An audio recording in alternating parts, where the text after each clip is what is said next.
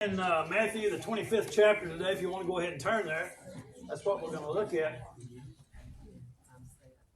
Jesus has been spending the last several chapters in Matthew trying to get the people prepared for things that are about to happen. Whether it be his death that's about to happen, whether it's the fall of Jerusalem, which was several years away, but he was trying to get them to in chapter 24, and at the end of chapter 24, he was trying to get them ready for his coming, his second coming. And we talked about those the last several weeks, what was going on here. Today, he's going to continue that, but he's going to use parables to try and figure people or get people to think about those things in their lives. Jesus taught most of his life through parables. Why did he do that? Why do you think Jesus was very, very good and very successful at using parables? You want people to think. Think. Make yourself think. Not just follow blindly, which was something he didn't want. He wanted you to think about the things that he was telling people. The things he wanted you to think about things that were wrong. He wanted to think about things that were right. But he wanted people to think. And what are we accused kids now today? Most of the time, most of them cannot what? They cannot think a reason for themselves anymore because those kind of things they have not been challenged to do anymore. We call it using common sense. People that use common sense thinks about. They can sit. I know people, and you do too. You can sit and they can look at a problem and they can just back up, and their mind, the gears are turning. And we all do that at times in points. But Jesus wanted people to think. Yes, ma'am. I was just going to say here, and he also put it in simple language instead of using big words, because all them big words you don't understand, you're not going to understand. And the very first one we're going to talk about today is something they understood, and it's a marriage ceremony. We all understand marriage ceremonies. It's different. Ours is different than what theirs was back in that Jesus' time. But he's going to use a marriage ceremony with the 10 virgins that we're going to talk about in the first parable. Everyone understood the whole concept of what was happening here. And he uses that to think. Right? Yes, sir. One of the things, you're a teacher, I've been a teacher, so on and so forth. The best teachers in the world are the ones that teach critical right. thinking. And that's what we were always taught. Yeah. You get a student, if you're teaching a topic, and you get a student to go on that higher level thinking skills, you give them an easy problem or an easy information, and then you just increase it and increase it and increase it, and they have to figure out how to apply the harder things of life. And that's what Jesus has been doing. Exactly. This whole time he has been speaking here, right toward the end of his life. He's about to run out of time to teach these people. And Johnny, too, everything y'all said is 100% right. But him, being the Son of God, he taught it in the most best way. Right.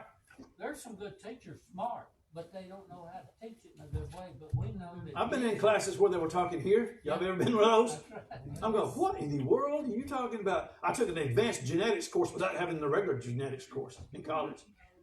Because I had to have it for my master's program, and I'm going, I've got to take genetics. I never had regular genetics. And they were here the whole time. I passed it with an A, but man, I really had to work hard. I had to come in extra time and work on some things. I didn't understand it. But yeah, there's some people that talk. We had right in the middle of a semester one time, and I'll get back to my deal. We had a professor leave, and it was in animal production and dairy production. They hired a guy who was he formulated all the feeds for General Mills for their feed company, the whole nationwide. They hired him to come in, and he was a dairy expert. Guess where he started? He started up here because he thought we all should understand how to formulate feed and rations and all that kind of stuff. And man, it just blew us away. And we found it. He came to us one day and said, I've lost every one of y'all, haven't I? I said, yes, sir, you did. You did first day of school. The first day you came in here, you lost us. And then he readjusted and did much, much better after that. So sometimes we have to readjust. The same thing Scott's teaching us. I've had to readjust the way I approach people now that I want to teach about God and to teach about how important baptism is. Because I've never seen it presented this way, and it's an easy, concrete truthful way to present it. And that's what we're going through now. That's what we decided. All right.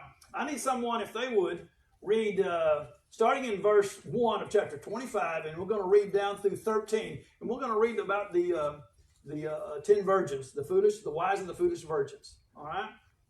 Keep in mind that there's a reason they're called wise and foolish. Someone read that for me. 1 through 13, please. We'll go back and look at each one. Then the kingdom of heaven shall be likened to 10 virgins who took their lamps and went out to meet the bridegroom. Now 5 of them were wise and 5 were foolish. Those who were foolish took their lamps and took no oil with them. But the wise took oil in their vessels with their lamps. But while the bridegroom was delayed, they all slumbered and slept. And at midnight a cry was heard, Behold, the bridegroom is coming, go out to meet him. Then all those virgins arose and trimmed their lamps. And the foolish said to the wise, Give us some of your oil, for our lamps are going out. But the wise answered, saying, No, lest there should not be enough for us and you, but go rather to those who sell and buy for yourselves. And while they went to buy, the bridegroom came. And those who were ready went in with him to the wedding, and the door was shut. After the other virgins came also, saying, Lord, Lord, open to us. And he answered and said, Assuredly I say to you, I do not know you. Watch therefore, for you know neither the day nor the hour in which the Son of Man is coming. Okay. Again, he used a everyday event that the people understood. Back then, the bride stayed at her house, and the groom stayed at his house, and they usually met somewhere for a wedding ceremony, just like we do today. Very few of us will get married at home anymore, right? Most of us go to a place, rent a venue, both parties come. Well, back then, of course, they didn't have cars to get there, they had to walk. And it was a common practice for those that were unmarried or maidens. Sometimes some versions will use the word maiden instead of a virgin here. It's somebody that's just not, it's unmarried. They would go meet, especially if it was a wedding at night. And they had to use, they didn't have flashlights, they had torches they carried, but most of them carried a lamp, a small oil lamp. And they could light their way, and they would lead the processions. Either the bride would come with the procession, and the groom would come with the procession. And it was the job of the unmarried women at the time, the younger unmarried women, to be the escorts, like a parade. Okay? Now, what is some of the customs of our time for unmarried women at weddings? Be bridesmaids. Be bridesmaids sometimes, but they don't have to be unmarried. What about the throwing of the bouquet? Yeah. Mm-hmm. What happens? Who gets to catch, or who gets to line up to catch the bouquet? Whoever's the toughest. It turns into that sometimes. If you see the brawls that they go after to catch that, some of those women are very, well, it's supposed to simulate the next one that catches it, I think, if I'm right. If you catch it, you should be the next one in line. Am I right to get married? Right. Some of those women are pretty desperate if you see them going after that. I'm sorry, they just are. They want that bouquet because they want it to be their turn, right? Exactly. All right, and some of the things that they do now, they have a garter that the woman gives the husband. He flicks it off his finger behind all the bachelors behind it. That's just some of the things that we do now. It was in their custom to do those things. All right. Oh, Yes. Also, and I don't know if this is what this is, because you're correct in what you were saying, but a lot of times they had mass weddings as well, and so they were there. Looks like it's just one here, Right. They could have 3 or 4 at a time. but they would have Yeah. a lot of times they would match up as they're going down the procession and so on and so forth. So they would actually have. So if you had a virgin that didn't show up to her wedding, that was a very bad thing for them. I don't know if this is what he's talking about here. I don't think so, because he wanted to use a particular incident that they were very familiar with. But he made the comment, there's 2 different groups, right?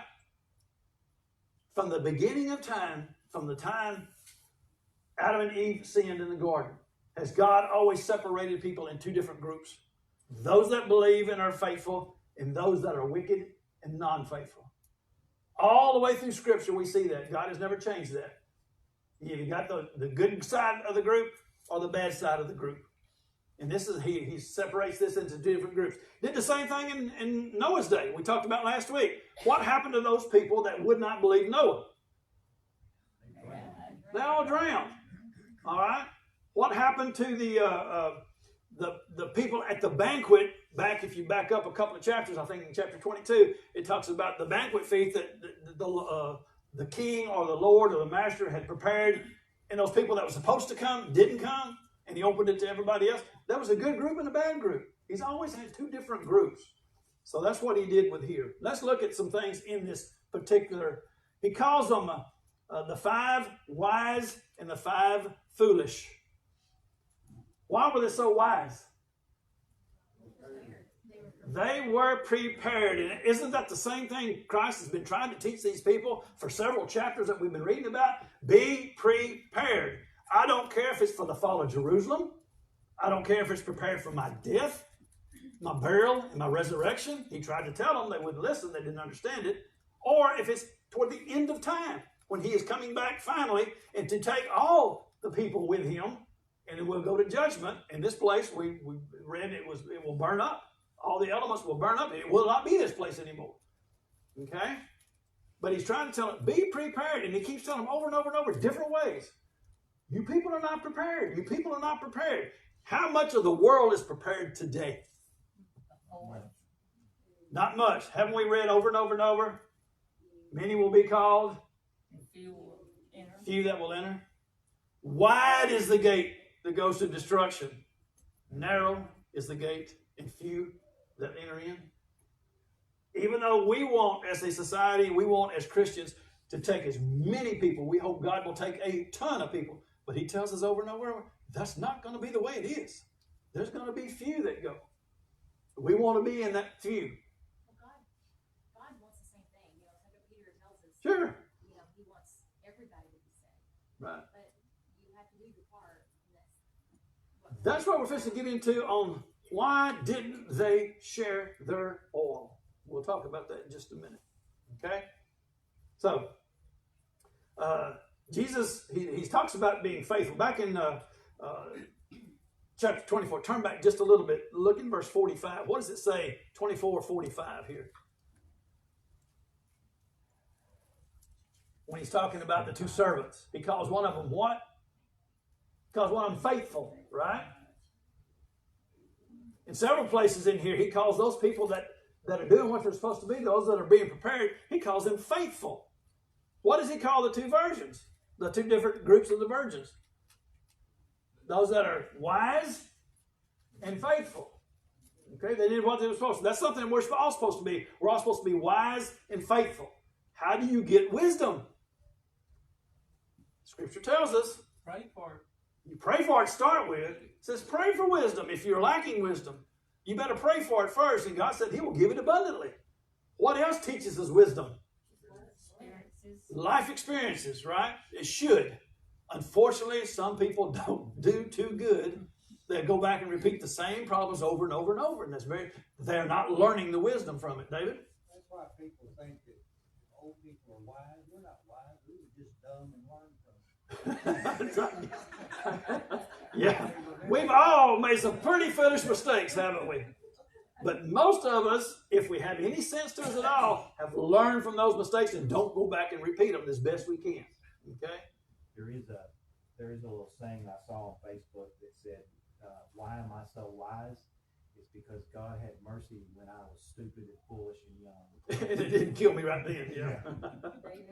Yep, that's right. What now? David married wisely. I did too. My anniversary was yesterday, and I told Tammy yesterday. I said, that's the best choice I ever made in my life, other than putting Christ on in baptism. And God blessed me with a very wise woman. Now, I question her from time to time on some of her decisions, and we all do that. But I would not be here. I would not have finished college. I would not have been a teacher. I would have not had boys that were raised as Christian men if it hadn't been for my wife. I was very, very fortunate and blessed that God gave me a woman that he knew I was going to need. Because I could have done it by myself. And at times, yeah, I wanted to get off track, but she kept me. I was at a point in my life when we met, I was supposed to quit college. I was not going, college is not for me. When you have a 1.5 and a 1.6 GPA your first year, okay, time to get out. But I met her, and I changed how I studied. I changed how I concentrated. I changed the same thing I did in my senior year of school. I never made the honor roll the whole entire life in school except for my senior year.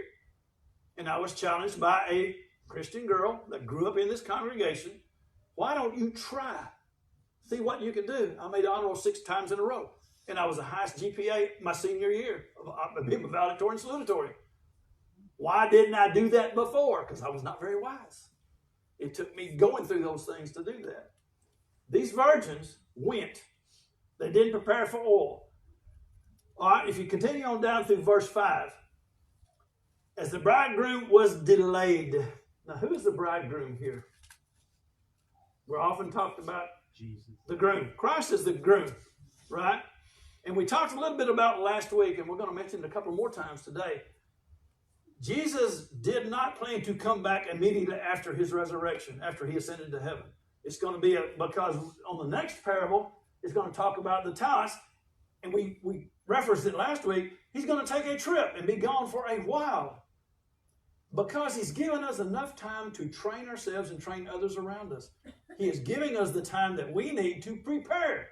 If he came back just shortly, how prepared would those people have been? They wouldn't have been. Now, it may be another 2,000 years before he decides, now you're prepared. I've given you enough time to prepare. It's on God's schedule because Christ himself said, who knows when he's coming back? When God's going to send him back? Only God. Only the Father knows. Period. No one else knows. And it says that it will be in the hour when we least expect it. Right. It will be like a thief in the night that we referenced last week also. So, what were these women doing? Waiting on the bridegroom to come. Sleeping. Do you go to sleep if you're restless and have a whole lot of worries on your mind and brain and you're worried about a whole bunch of stuff? I don't sleep well at all. Most of us don't. I can usually stay up long enough, and that's my MO. I stay up till I'm ready to go to sleep, and I go almost instantly to sleep. I don't have trouble going to sleep. But when I wake up in the morning at 5:30 and my mind starts, I better get out of bed because I'm just going to lay there and lay there and lay there. I can't shut my mind off in the mornings. I just can't do that. So I try to go to bed when I'm tired. They were not worried about the bridegroom coming, were they? They fell asleep. And then somebody hollered at them and says, listen, here he comes. So when they came, and the others that woke up, those that were not wise, those that are unprepared for his coming, they were lacking what? Now, they were lacking oil here. What does that oil represent? Knowledge. The knowledge and the faithfulness and the wisdom that they needed. They were lacking those things. So what did they ask? Give me some of yours. Can you give those things away to somebody else? Think about it. You can't give your knowledge. You can impart. If they ask you questions, you can give them advice on it. You can't give them your knowledge. You can't give them your faith. You can exhibit it. I'll get the right word. But you can't give it away to somebody. They have to. Where's it going to come from? It's going to come from inside, preparing yourself. And that's what this means. Those 5 virgins that were foolish did not prepare themselves for the things to happen, for the things to come. And that's where he's trying to draw his line here. I've got a group of young women that are prepared. They know what they're supposed to do. They may not know exactly what's going to happen because they didn't know when the bride was, or the groom was coming, did they? But they're prepared at any time he comes. Those others were not. And that takes us to the next part. Did you have a hand up, Jay? I'm sorry. And there is another part. What happens here when they go off to try and find that faith, try to find that wisdom, and they want to come in to the wedding? It's too late. It is too late. Now, those people that think you're going to have a second chance here on earth, those things that they can get prayed out of purgatory or whatever they call it, their life is already over. It's done. What is this verse telling us here? You're not coming in. You did not prepare when I gave you the time to prepare. You don't get a second chance. Anybody disagree with that? They may have a different view, but I think that's exactly, I don't think, it's exactly what it's saying. He wouldn't let them in because you did not prepare yourself. I may be wrong, I'm wrong a lot, but isn't there a scripture that says don't pray for people that are already dead because I think there's a deal called "Let the dead bury the dead," So, but and that could pertain to part of that. I'm probably wrong, but it makes sense because when it's over, it's over. And he's told them as much about what he has prepared for them, and we're going to talk about the preparation he makes in the next couple of parables. From the beginning of time, and my phone's dinging, I'm going to kill that thing. Praying for his son's health situation from Bathsheba. Whenever he prayed fervently until the baby died. Then he immediately got up, cleaned himself, and went about his business, and that just shocked everyone. Right. How can you do that? Well, there's no point in praying anymore. So, Yep. to make his point, Well, we commonly hear today, I'm glad Steve brought up this point, and that Kenny did too. We frequently hear we are urged to pray for somebody who is dead. It is useless. They had their chance, and once you're dead, there ain't no, like you said, there ain't no second chance Right. to murder the King of England. And Bobby and I have been discussing and talking about what happens after death. The two places that's prepared, Sheol that's prepared. We mentioned a little bit last week. You've got a place for those that are on God's side and those that are not on God's side. Some are already in torment. They're in Sheol waiting for the judgment. Some are comforted there because the rich man and Lazarus tells us that story. Yes, ma'am. Just quickly, you talked about the two different sides. That opportunity to talk with a client Friday. He was a member of the Auburn Baptist Church, and he was asking me a question. He asked, of course, asked me about believing in the rapture. No. Right. And so we kept going, and he asked me if I believed there were varying degrees of hell. The what? The varying degrees of hell. Yeah, the Bible speaks about that. It says they will receive the greater damnation, certain people. Right. And the same thing it says for a teacher and it says for an elder, right? We will be judged more harshly. Now, I think that doesn't mean we will get different rewards because the reward is a reward regardless. Well, I just Because we're just looked at, he talks about the rewards in the very next parable about the talents that he gives away. And that's the scripture that I use. I talked about the parable of the workers. Right. Those that showed up at 8 and those showed up at 4 in the afternoon, they both got the same Same reward. Yep. They got the same reward, so hell's hell. Yep. And there's something that says one servants will get more stripes than the other. I think it's dealing with judgment, the actual judgment. We are going to be held, some of us are going to be held to a higher standard because of our responsibilities. The judgment, not The judgment, not the the punishment. punishment. And that's what it's talking about. So, But doesn't it say, I'm almost certain there's a scripture that talks about they will receive the greater damnation. Am I wrong? I don't know. And again, I think it's still talking about judgment day. The judgment's going to be much harsher for some people. So, Rather than the degree of the punishment. and that's something that I don't worry much about because that's way out of my realm to have any control. I try to understand as much as we can, but there's some things we're just not going to understand. Yes, sir. There is some scriptures that do indicate that there's some different types of rewards. One talks about where one is just barely, he's gone through the fire, he's just barely escaped, and all he's got is just what he's got. And then there's others that talk about, getting greater rewards, crowns, Right. and so on and so forth. There's various descriptions of what hell is. There are different types, and so I don't know if those are different places, but they're different scriptures. Some talk about a lake of fire. Some talk about complete darkness. Right. Some of the scriptures is complete darkness. So I don't know if there's various degrees of hell or not, but there could be. We just don't know. Right, and that's We just have another to deal. not I know. cannot say definitively either way because we're not giving enough information. The darkness. That's not within my realm, ma'am. Yeah, being separated from God. That's going to be the worst punishment of all. If I am thinking right about a verse, it may say condemnation. to do is for me to get a concordance and look that up. Right. So, and that's another study that we could get to. All right.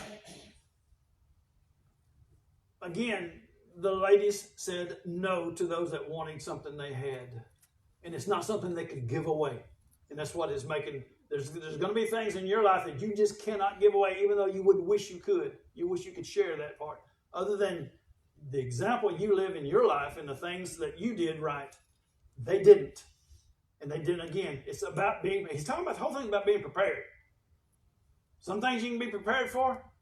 Some things, if you're not, it's going to be very, very difficult for you.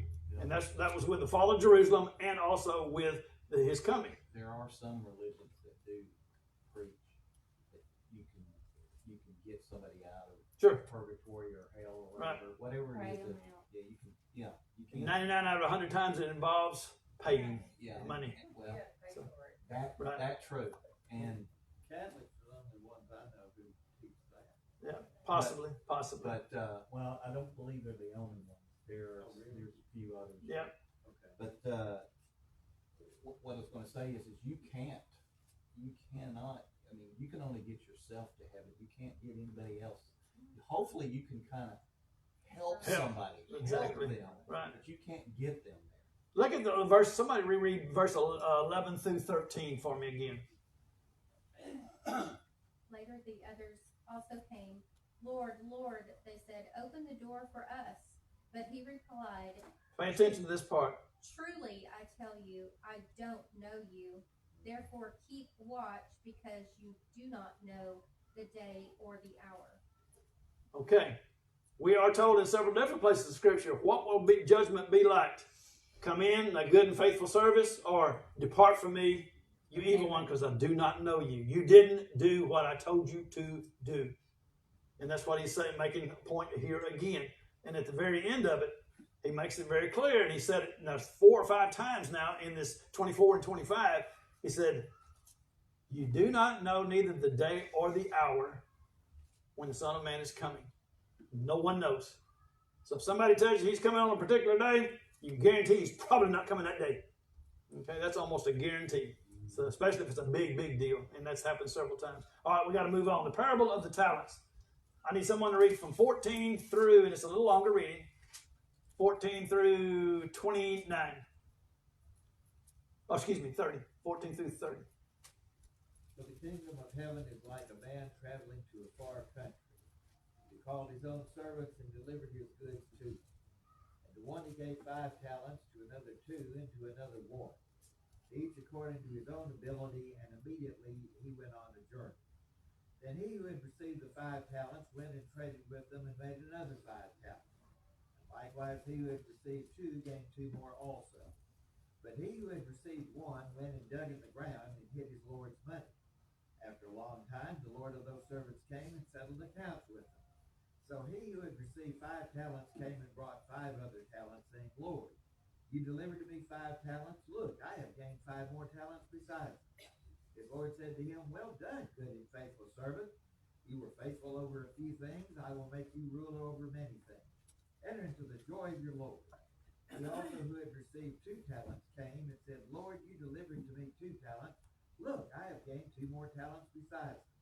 His Lord said to him, well done, good and faithful servant. You have been faithful over a few things. I will make you ruler over many things. Enter into the joy of your Lord. Then he who had received the 1 talent came and said, Lord, I knew you to be a hard man, reaping where you have not sown and gathering where you have not scattered seed.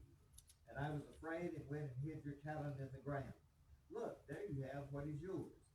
But his Lord answered and said to him, you wicked and lazy servant. You knew that I reap where I have not sown and gather where I have not scattered seed.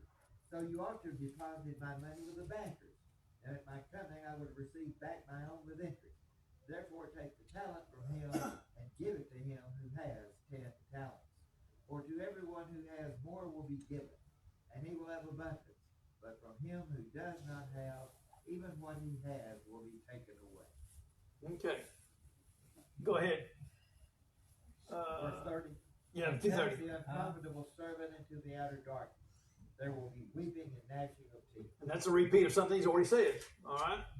Now, Is that the only place that says weeping and gnashing of teeth? No, we've already, a couple of weeks ago, we looked at it again. There's 2 or 3 places right in here. He said In Revelation. it already. No, well, you're about Matthew. Yeah, it says it in Revelations also again. It, yeah, it says it again in verse 24. Yeah. I believe there's a reference to that in the Old Testament as well. Sure. Yep. There's several places he's coming or pulling this from.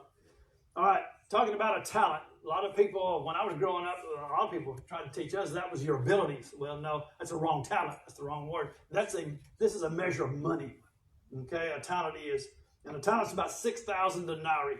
All right. If you go back to the workers in the vineyard, a couple of chapters back, it talks about a day's wage is a denarii. That's how much you make to make. You're talking about 6,000 of these. And a day's wage, a talent was about a 20-year amount of money if you're a worker. About 20 years worth. Okay? And he's giving them 5 to one guy, 2 to one, and 1 to the other, right? Okay. So you're talking about a tremendous amount of money or a tremendous amount of gifts that he has given to these people to work. They understood what the talent was. They understood what a day's wage was. They understood that when he told them this, they're all going, "Ooh, that's a lot of money." Now, why would he give one guy a ton of money? It's like in the millions today to work with. Anybody in here comfortable working with millions of dollars? Some are. Some people have, and that's the whole deal. Some people have that ability to do that, right? Most of us don't have the ability to work with a couple of $1 million worth. I know you deal with a school system and they're in the millions of dollars. I know that. It is scary if you get to sit down and looking at it. When I did the inventories of my shop equipment in the school, and I had hundreds of thousands of dollars worth of equipment in my building, it kind of dawned on me. I said, "Ooh, I'm responsible for a lot of stuff, a lot more than I thought." All right? And then, unfortunately, we know that some people are very incapable of dealing with hardly any money. I look at the professional athletes when they're given these huge multi-million-dollar contracts. What happens to them? Especially if they come from a very impoverished growing up place that didn't have money, couldn't have money, and were never taught to deal with money. What happens to them? Spend it foolishly. They spend it very, very foolishly, and it's gone. It's wasted. And they probably have lots of quote-unquote friends. Oh, friends come out of the woodwork. You saw, and I think about Michael Jackson. If you think about the ending of his life, who all kept showing up to his place, kept him on whatever he was on, kept trying to convince him, "Oh, you need to take this to leave your pain." Where were they at when he died? They weren't there. Boom, man, they were gone in a heartbeat. And we've seen that happen over and over and over. Jesus is trying to tell these people, everybody's got different abilities. And I will give you the things that you need. And I think about that when we were talking with Scott was trying to train us this morning. We all in this building have the ability to do what he is trying to teach us. And what is our purpose in life anyway? To spread the gospel. Do we all have that ability to spread the gospel? Yes. We do. Every one of us. Don't be one of these. What did he call these people at the very end? He called them what? Good and faithful. Wicked. No. The ones that didn't do it. Wicked and lazy servant. I don't want to be caught in judgment day and God call me a wicked and lazy servant because I didn't do what I was told to do. I had the ability. All of us have the ability to spread the gospel. I think with the thing here with the one talent, he was afraid. Sure. He let fear paralyze him, where the others were not afraid. I mean, they could have lost that money. Haven't we heard that here too? That I'm afraid, and we've all heard it from people, even in this congregation. I don't think I could go and talk with someone about the gospel. My goodness, what are you saying? That's like saying I don't care about the truth, and that's what the whole this program that we're working in. We do all this in truth, and you tell me that I can read it for myself and say I don't care. I don't care what it says. You're denying the truth that God's telling you. Don't deny the abilities God has given you to spread. Everybody can spread the gospel. He wasn't just talking to his disciples when he ascended. He said, go into all the world, all of you, because he said, teach them exactly what I've taught you. And that means to go in all the world and preach the gospel. Johnny, I think a lot of people say that because they fear rejection. Sure they do. Sure they do. You know, we think we got a good friend here who belongs to a denomination or something, and we're scared we might lose their friendship if we present the gospel to them. Well, you can't worry about that. You know, it's our obligation and our privilege, frankly, Sure. to do that, and we need to quit worrying about being rejected by man and start being concerned with being rejected by God. That's why we're told to plant the seed, not reap it. Most of us will never see the reaping of it. Some of us will get to. But we plant the seed and let God do the watering. That's what he says. Or let somebody else continue to teach them and do the watering. God will provide the increase, right? He tells us that. Don't be afraid to teach or sit down with someone and teach them the things that the Bible says that are in truth. Not in some of the things we talked about this morning. Not in some of the things that other people think or have been given the ideas by other people. And not from the Word of God itself. And if they reject you, just remember, a lot of people rejected Jesus too. Oh my goodness. Most everybody did. His own culture, his own town rejected him, remember? I did not realize that talents was money. I thought it was talents. Here it is. Because I asked someone one time, how do you know what your talents are? Right. They It's said, a little They different. said, well, pray to God and he'll show you. In this particular parable, it's talking about money, but he's using the same deal. It's your abilities to handle those things that God has given you. Okay? If you really like something, the odds are that you're going to be good at it and have God-given talent. Sure. We've even done that. All of us that are teachers, there are certain subjects that we teach so much better because we studied it, we enjoy it. There was some thing I didn't want to teach. I didn't care for it. I didn't like it, but I had to teach it anyway. And I probably did a poor job of it because it wasn't one of the things I was interested in. The things I was very interested in, I was very good at as a teacher. All right, we need to continue. We're not going to finish. All right, let's read about the judgment of the nation. Someone read for me right quick from 31 through the end of the chapter, please.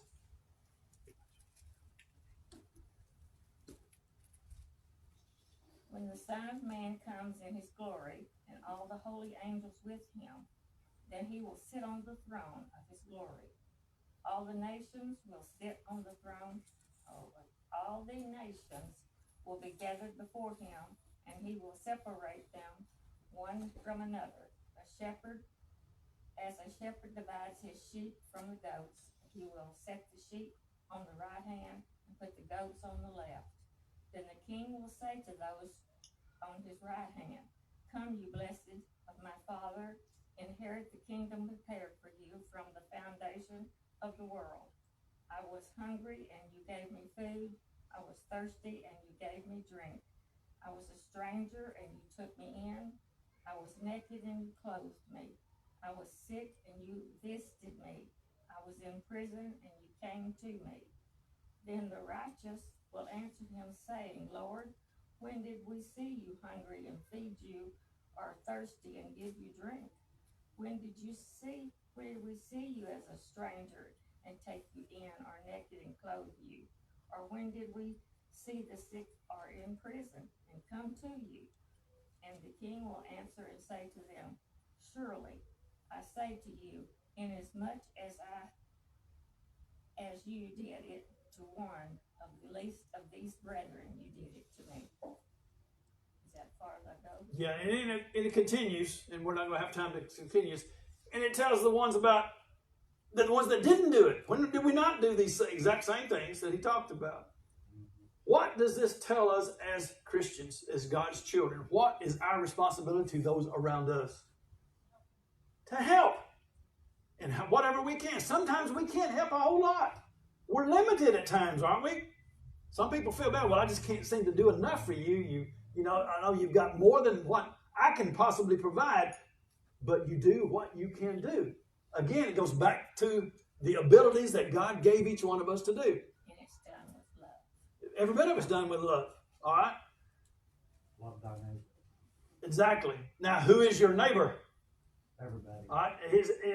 I haven't been approached with people that says, we can't use the church's money, or we can't use, I'm not supposed to help those that are outside the church because they're fallen people anyway. Is that what this is saying? Who is he saying help here that you can help? Who is in need? Who is in need? Does that mean just Christians? It doesn't mean that at all. Now, God is mostly talking to a Jewish audience. But do you think there were people that was in that audience that were not Jews? I think so too, because a lot of the I've lost the term.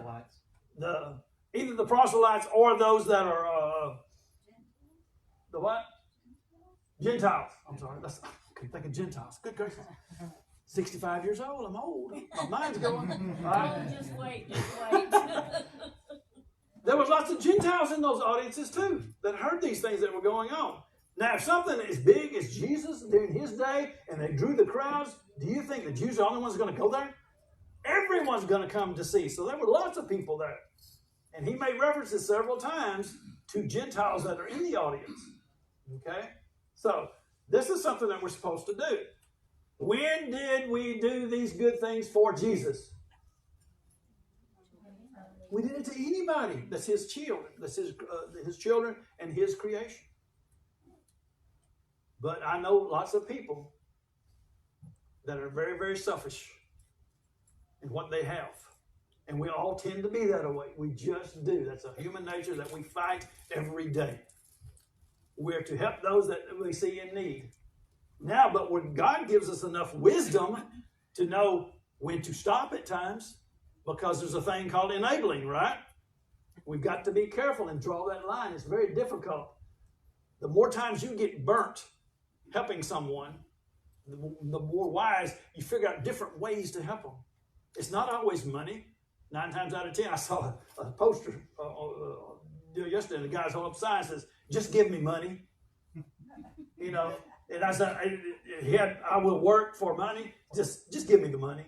You know, that's all he was wanting. It's just the funds, not to go out and work for the. That's part of wisdom we have to learn. God gives us what we need on this earth to do his work. Well, the Bible also says that those who will not work should not eat. It does. Now, we're not talking about people who can't work. You know, either maybe they're mentally off or they're physically disabled or perhaps both. Right. And, you know, I think we are to help them. But when it's an able-bodied person who will not work, I do not believe we're supposed to give them something. Yeah. And that's a hard decision that Kenny and I have to make a lot of times when we're approached someone.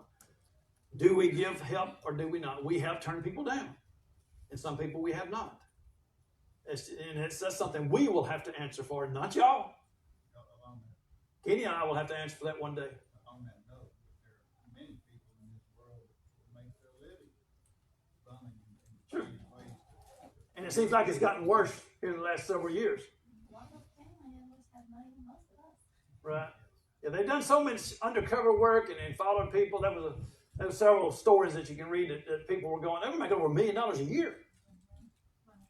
You know, just going out on the street and asking for money. And they would get several $100s or several $1,000s a day. And that's how they were making their living. But it's tough sometimes to draw the line where it's at. And again, that was the wise and faithful servant. You do what you can do for those that you can help. But you also have to be very guarded at times. And at some places, it's even more guarded than others. So, yes, sir. You know, there's an old saying we hear, ignorance is bliss.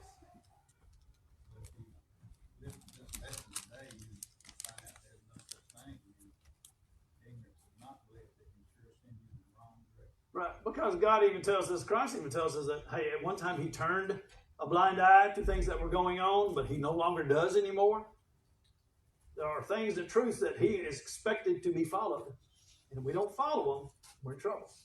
Any other comment? We're going to stop here. One of the most common panhandling things is they say they need gas. They, you know, maybe they're going to see some sick person. Right. They need gas. Well, go to the gas pump. Or if they say they're hungry, go to the grocery store. You know, otherwise, you may be giving them money that they're going to spend on dope or liquor. Right, and that's some of the things that we have changed here. We very seldom give cash money to anybody. If you need groceries, hey, I'll take you to the grocery store. If you need gas, I'm going to take you down and fill your car up. But you're just not going to get cash money anymore, and that's you just can't afford to do that. And not all the time it works that way, but that's what we try to do most of the time. Any comments? Appreciate your discussion this morning. Be prepared is all he's trying to tell us. Thank you.